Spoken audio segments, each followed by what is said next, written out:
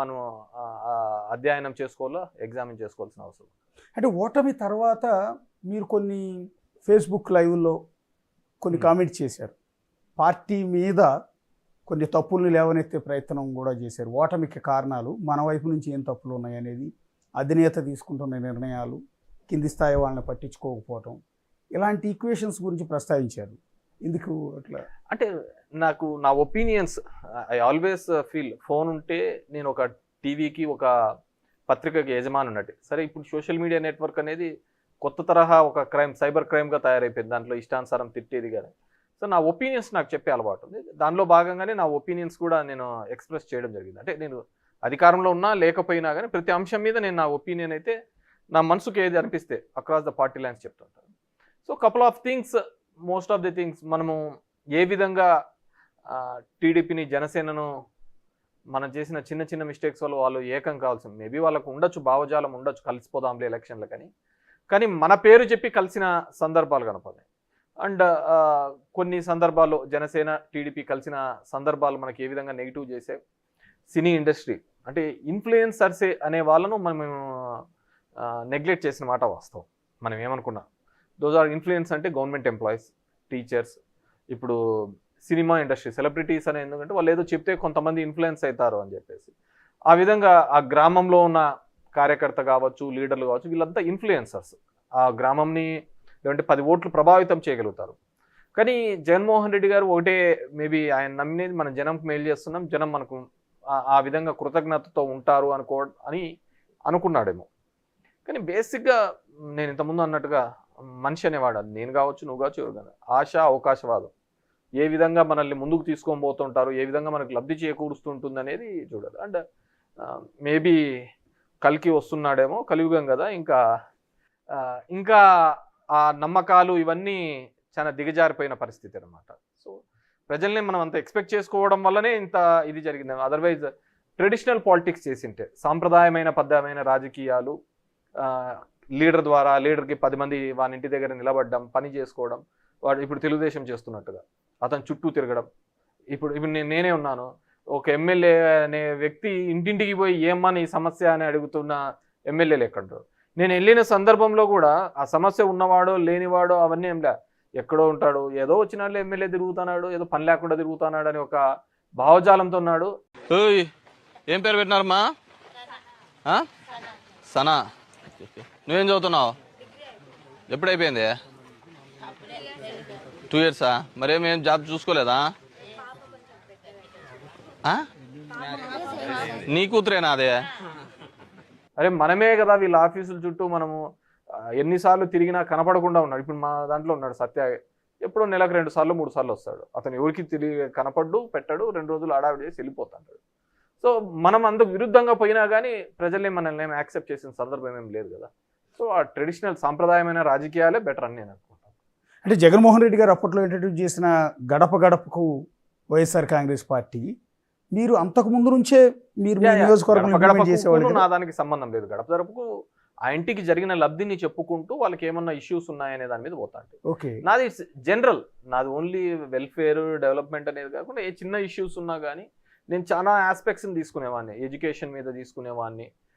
ఎక్కడైనా కానీ పిల్లలు చదువుకోకుండా మానేసినా కానీ చాలా సందర్భాల్లో వాళ్ళని మందలించి, తల్లిదండ్రుల్ని ఎవరైనా పనికి పోతున్నా కానీ అలా చాలా ఆస్పెక్ట్స్లలో వాళ్ళ హెల్త్కి సరిగ్గా లేకపోయినా, పిల్లలకు చదువు లేకున్నా వాళ్ళకి డబ్బులు ఇచ్చి ఆదుకోవడం, అది నాకు ఒక హ్యాబిట్ లాగా ఉండిపోయింది, నాలో ఉండిపోయింది అనమాట, జనం దగ్గరికి వెళ్ళిపోవడం. ఏం చదువుతాను? ఏ క్లాస్? షూరా ఖచ్చితంగా పోతున్నావా? ఏమో నాకేం డౌట్. పోడు కదా ఇటు, పోడు కదా మేమన్నాయనేది. ఎప్పుడు పోయినా స్కూల్లోకి చెప్పు. నాకు తెలుసు నీ హెయిర్ స్టైలు, నీ కథ కామెంట్ చూసి నీకు అర్థమవుతుంది స్కూల్కి నువ్వు పోవటం లేదని. మేమన్నాయనేది ఎప్పుడు మానేసినావు? ఇది వాళ్ళ నువ్వేనా? ఎందుకు మానిపించిన పిల్లని? నేనేమో మానిపిలేదు సార్, నేను పోమని చెప్పినా సార్. నేనైతే చెప్పినా ఏమన్నారంటే నేను పాను ఆడ చేపలు పోయేది, ఎడమూరీలు కాడ కూర్చుండేది, బుక్కలు ఏడంటే ఆడ పెట్టేది, అట్లా చేస్తుంటే నీకు మేకల కాడికి గీతని చెప్పి మానేసుకున్నా సార్. అంతే, అదే గతిలే. నువ్వు నీకే చదువు లేదు ఏం లేదు సార్. నీ చెప్పినా సార్, నన్నే దండిస్తుంటే పోనేనా వద్దునేనా నీకు ఇట్లా. ఎప్పుడు మానేసినాడు? ఇప్పుడు సంవత్సరం ఏంటి సార్ మానేసి. ఏ క్లాస్లో మానేసినావురా? ఇదే బాగుంది మేకలకి. చెప్తే మీ నాయనకు అబ్బలేదనే కదా నీకు చదివించాలనేది.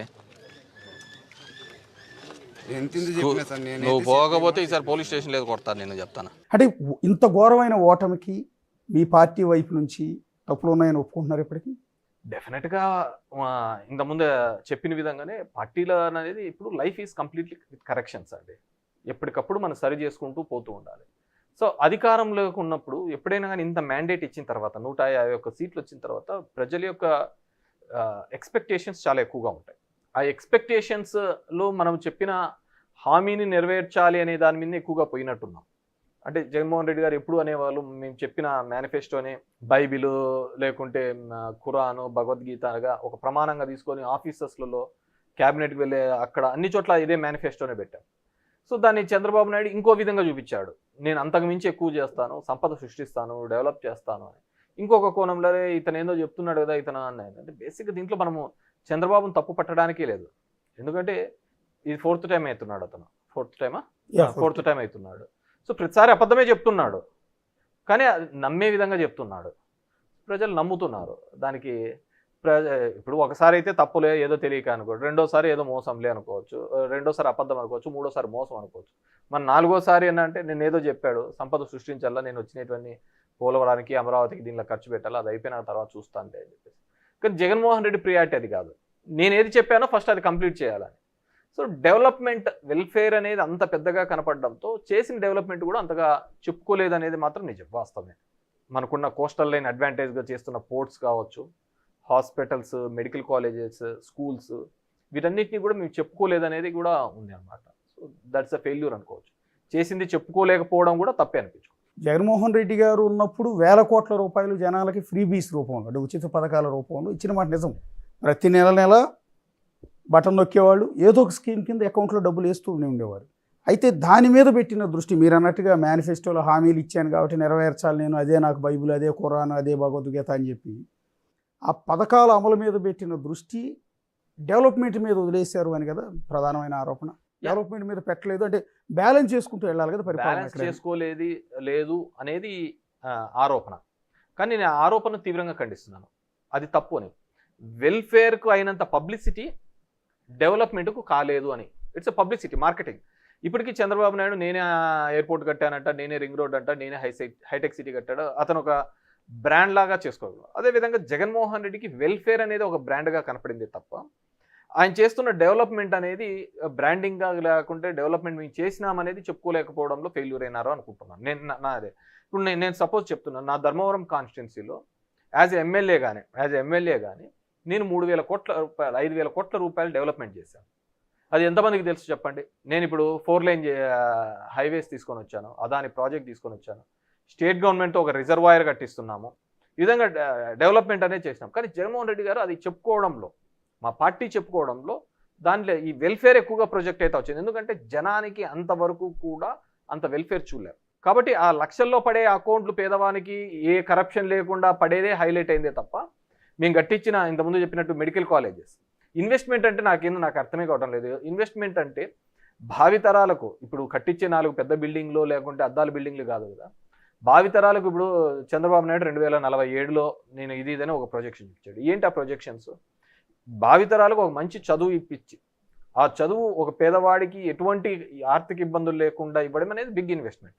ఎందుకంటే అతని మీద మనం ఆ చదువు మీద ఇన్వెస్ట్ చేస్తే అతను ఇంజనీరింగో డాక్టరో ఇంకోటో అయిపోయి మళ్ళీ దేశానికి ఉపయోగపడే పరిస్థితి వస్తాడు. మనం అలాంటివన్నీ కూడా చేయడం జరిగింది. మీరన్న ఫ్రీబీస్ అనేది తప్పండి. పిల్లలకు అమ్మఒడి వేయడం ద్వారా చాలా మటుకు డ్రాప్అవుట్స్ తగ్గినాయి, అది ఎంతమందికి తెలుసు. అదేవిధంగా మెడికల్ కాలేజీలు కట్టించడం వల్ల ఈరోజు తెలుగుదేశం గవర్నమెంట్ మెడికల్ కాలేజ్ మాకు వద్దని ఏదో లెటర్ రాసినారు అని కూడా చెప్తున్నారు. ఇట్స్ అంతకంటే ఫూలిష్నెస్ ఎందుకు ఉంటుంది? ఎందుకు కేవలం ఆ పార్టీకి సంబంధించిన వాళ్ళకు చాలా medical colleges, private medical colleges, government medical colleges ప్యారలల్గా అన్ని 17 డెవలప్ అయితే, ఇండిపెండెన్స్ నుంచి అంతా ఉండేది 11, 12 ఉంటే ఇప్పుడే 17 మెడికల్ కాలేజ్ డెవలప్ అయితే ఇది వ్యాపారంగా నడుపుతున్న వాళ్ళందరికీ నష్టమే కదా. ఇది కానీ జగన్మోహన్ రెడ్డి అట్లా చాలా మందికి కూడా ఇబ్బందికరమైన పరిస్థితి తీసుకొని వచ్చాడు. ఒకటి మెడికల్ కాలేజీలు కట్టడం, స్కూల్స్ అనే దానిలో ఎవరైనా సిబిఎస్ఈ కానీ ఐబీ కానీ ఒక గవర్నమెంట్ స్కూల్స్లోకి తీసుకొని వస్తారని ఆలోచిస్తాడు. మా యొక్క ఆలోచించినాడు ఆ పేదవాళ్లకు ఏ ఇబ్బంది ఉండకూడదు, బాగా చదువుకోవాలని ఆలోచించాడు. ఇవన్నీ మనం ఏమనుకున్నామంటే ఎండ్ ఆఫ్ ది డే వాళ్ళు ఫ్రూట్స్ తింటున్నారు కదా, ఆ ఫ్రూట్స్ తింటున్నప్పుడు అతనే ఓటర్గా కన్వర్ట్ అవుతాడని మనం అనుకున్నాం. కానీ ఫ్రూట్స్ పెట్టకపోయినా నేను ఏదో చేశాను, నేను నా వల్లనే ఈ ప్రపంచం బతుకుతోంది అనేది ఒక చంద్రబాబు నాయుడు ఆ మీడియానే చేయగలిగింది, ఇతను చేయలేకపోయినాడు. అంతకంటే వేరే డెవలప్మెంట్ జరగలేదు అనేది అవాస్తవం. ఈ రోజుకి కూడా ఒక్క సంవత్సరం అయితే అంటుంది, దగ్గర 8 నెలలు అవుతాను చంద్రబాబు నాయుడు ఏమీ చేయకపోయినా కానీ జగన్మోహన్ రెడ్డి చేసిన ఇండస్ట్రీస్ని దానిలోనే ఓపెన్లు చేసుకుంటూ చెప్పుకుంటున్నాడు కదా. చేస్తే డెఫినెట్గా చెప్పలేకపోయినాం. అంటే వైనాట్ 175 వైనాట్ కుప్పం అనేది మరీ ఓవర్ కాన్ఫిడెన్స్ కదా, అతిగా అనిపించలేదు అది? అంటే 151 ఇచ్చారు రికార్డు స్థాయిలో, దాన్ని కాపాడుకునే ప్రయత్నం చేయటం బాగానే ఉంటుంది, కానీ అది మీ అందరిలో కాన్ఫిడెన్స్ నింపే ప్రయత్నంలో వైనాట్ 175 అంటే ప్రతిపక్ష నాయకుడు అనేవాడే లేకుండా అంటే నేను ఒకటి చెప్పాను కదా, అంటే 75 సంవత్సరాల స్వతంత్ర భారతంలో ఎప్పుడూ కూడా మనం ఎన్నో సినిమాలలో చూసి ఉంటాం, కరప్షన్ లేనికుండా నేరుగా ఇన్ని లక్షల కోట్లు జనాలకు వాళ్ళ యొక్క ఫైనాన్షియల్గా స్ట్రెంగ్తన్ కావడం కోసం ఒక మోడల్గా తీసుకొని వచ్చాడు. మేబీ ఈ మోడల్ సక్సెస్ అయ్యింటే దేశమంతా ఇదే మోడల్ చేసిందిరేమో. ఈ మోడల్ ఫెయిల్ అయింది కాబట్టి ఈరోజు ఈ మోడల్ గురించి మాట్లాడు. సో ఆ విధంగా ఆ పేదవాళ్లకు ఆ కుప్పంలో ఇన్ని లక్షల కోట్లు ఇచ్చినాము, ఇన్ని వేల కోట్లు ఇచ్చినాము, ఇక్కడ ఇన్ని కోట్లు ఇచ్చినాం, వాళ్ళని ఆర్థికంగా ముందుకు తీసుకొని వచ్చినాము, వాళ్ళని చదువు కానీ పిల్లల అంటే సింపుల్ థింగ్ 30 లక్షల మందికి ఇల్లు ఇచ్చాడండి, ఇంటి పట్టాలు ఇచ్చినాడు. ఇది ఒక దగ్గర 1,00,000 కోట్ల రూపాయల ఆస్తి జనరేట్ చేసినట్టు ఈ రాష్ట్ర వ్యాప్తంగా. ఒక ఇల్లు ఇచ్చినాడు, భూమి ఇచ్చినాడు, ఒక ఎకనామిక్ యాక్టివిటీ జరిగింది కదా. సో ఈ విధంగా ఆయన ఫీల్ అయినాడు. కానీ ఆయన ఆలోచించాల్సింది, ఏ రాజకీయ నాయకుడు ఆలోచించాల్సింది ఏంటంటే, నువ్వు 10 చెప్తే ఇంకోటి 20 చెప్తే ఆ 20 దిక్కే చూస్తారే తప్ప ఈ 10 ఇచ్చినామనే దాని మీద ఎవరే కానీ ఆలోచించరు, పెట్టరు. అంతకంటే వేరేది ఏం లేదు. ఇప్పుడు నెక్స్ట్ ఎలక్షన్కి ఎలా వెళ్తారండి? మళ్ళీ ఇదే మేనిఫెస్టో, ఇదే హామీ, మళ్ళీ ఇదే బటన్ నొక్కుడు, ఈ ప్రామిసులు చేసి వెళ్తారా? మీరు అన్నట్టుగా ఇది ఫెయిల్ అయింది కాబట్టి రూట్ మార్చి వెళ్తారు? ఈ బటన్ నొక్కుడు అనేది ఒక వర్డింగ్ తప్పేమో కానీ బేసిక్ ఇచ్చిన హామీల మీద నెరవేర్చుకుంటూ పోతాం. మొన్న కూడా చెప్పాడు, నేను మిగతా ఇంత చంద్రబాబు లాగైతే నేను చేయలేను, ఇవి మాత్రమే చేయగలుగుతాను అనేది. సో దట్ డిపెండ్స్ ఆ రోజు రాజకీయ పరిస్థితులలో. ఇప్పుడున్నట్టు కేవలం ఈ పథకాలే